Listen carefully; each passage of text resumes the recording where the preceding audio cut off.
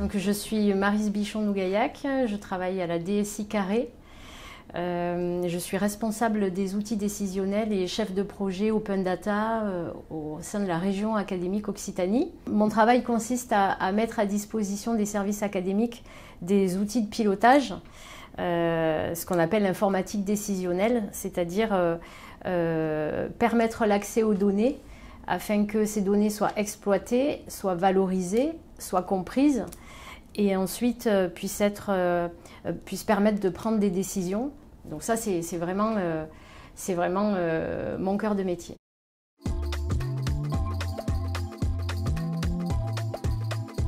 Alors, j'ai commencé l'informatique très tôt, en 1986, au moment où je devais choisir une option à l'entrée en seconde. Et c'est grâce à mon papa qui m'a fortement incité à choisir l'informatique, parce que pour lui c'était l'avenir.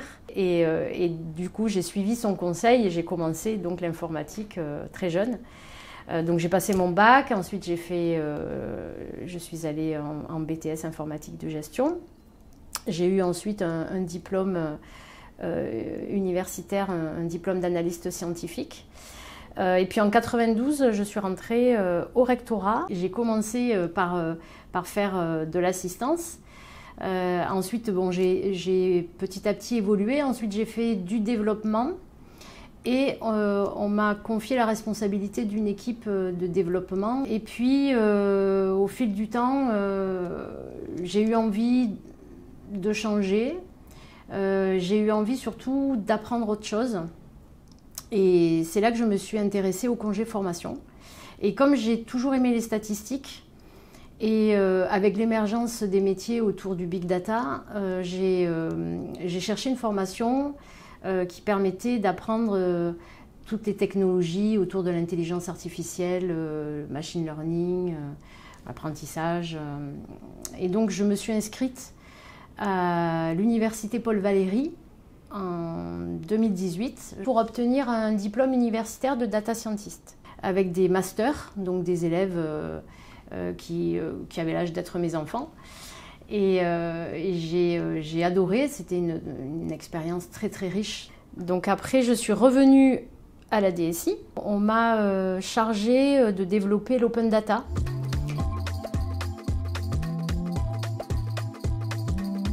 J'ai été aidée par ma hiérarchie, puisque il faut faire un dossier pour obtenir un congé formation.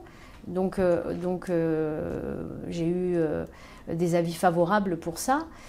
Et puis le service aussi du personnel administratif, les services RH aussi m'ont accompagnée pour ça. Je dirais que le congé formation est un très très bel outil dans une carrière pour nous amener vers ce changement-là.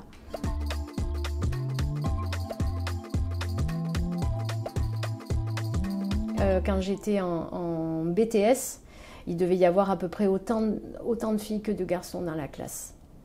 Alors que maintenant, ce sont des métiers qui attirent beaucoup moins les filles. Souvent, on associe ça aux geeks, au codeur complètement déshumanisé, qui est derrière son écran, asocial, voilà.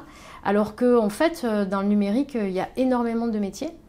On peut être chef de projet, on peut faire de l'assistance à maîtrise d'ouvrage, on peut faire de l'analyse, on peut faire du développement, mais on peut faire aussi de la qualification, on peut faire du test, on peut faire des métiers qui sont en contact avec l'utilisateur, parce que notre rôle, au final, c'est quoi? C'est de simplifier les tâches des utilisateurs en leur fournissant des outils adaptés. Surtout ne pas avoir d'a priori, d'idées préconçues sur ces métiers-là.